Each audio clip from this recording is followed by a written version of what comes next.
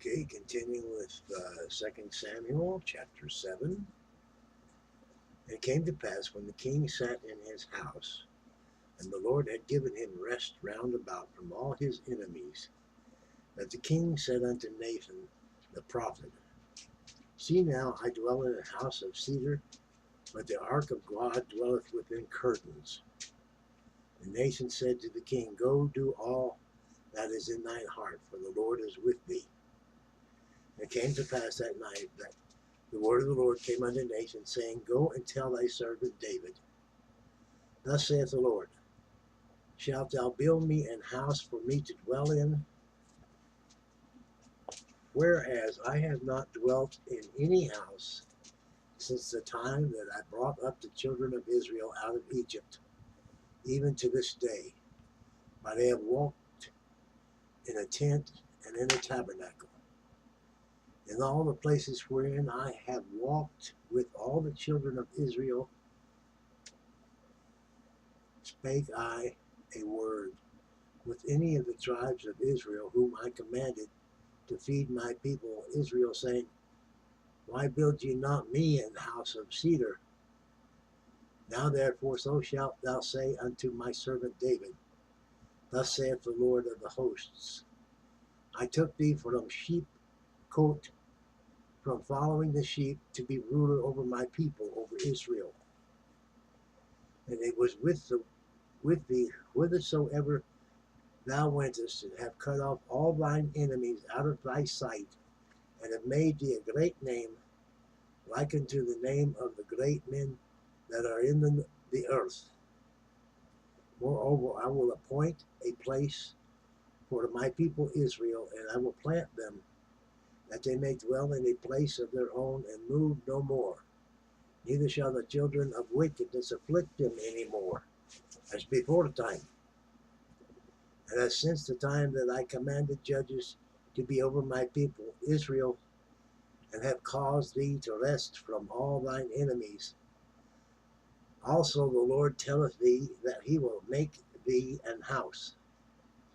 And when thy days be fulfilled, and thou shalt sleep with thy fathers, I will set up thy seed after thee, which shall proceed out of thy bowels, and I will establish his kingdom. He shall build an house for my name, and I will establish the throne of his kingdom forever. I will be his father, and he shall be my son. If he commit iniquity, I will chasten him with the rod of men, and with the stripes of the children of men. But my mercy shall not depart away from him, as I took it from Saul, whom I put away before thee. And thine house and thy kingdom shall be established forever before thee. Thy throne shall be established forever. According to all these words, and according to all this vision, so did Nathan speak unto David. Then went King David in, and sat before the Lord, and he said, Who am I, O Lord God? And what is my house, that thou hast brought me hitherto? And this was yet a small thing in thy sight.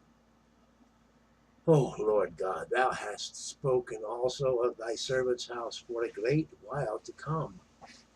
And is this the manner of man, O Lord God? What can David say more unto thee? For thou, Lord God, knowest thy servant. For thy word's sake, and according to thine own heart, hast thou done all these great things, to make thy servant know them?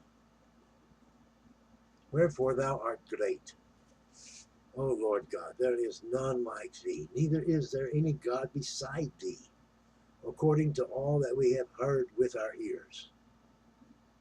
And what one nation in the earth is like thy people, even like Israel, whom God went to redeem for a people to himself, and to make him a name, and to do for you great things and terrible for thy land before thy people, which thou redeemeth to thee from Egypt, from the nations and their gods. For thou hast confined to thyself thy people Israel, to be a people unto thee forever. And thou, Lord, art become their God. And thou, O Lord God, thy word that thou hast spoken concerning thy servant, concerning his house, establish it forever. Do as thou hast said. And let thy name be magnified forever, saying, the Lord of hosts is the God over Israel. And let the house of thy servant David be established before thee. For thou, O Lord of hosts, God of Israel, hast revealed to thy servant, saying, I will build thee an house. Therefore hath my servant found in his heart to pray this prayer unto thee. And now, O Lord God, thou art that God, and thy words be true. And thou hast promised this goodness unto thy servant. Therefore now let it please thee to bless the house of thy servant, that it may continue forever before thee. For thou, O Lord God, hast spoken it, and with thy blessing let the house of thy servant be blessed forever. That concludes chapter 7.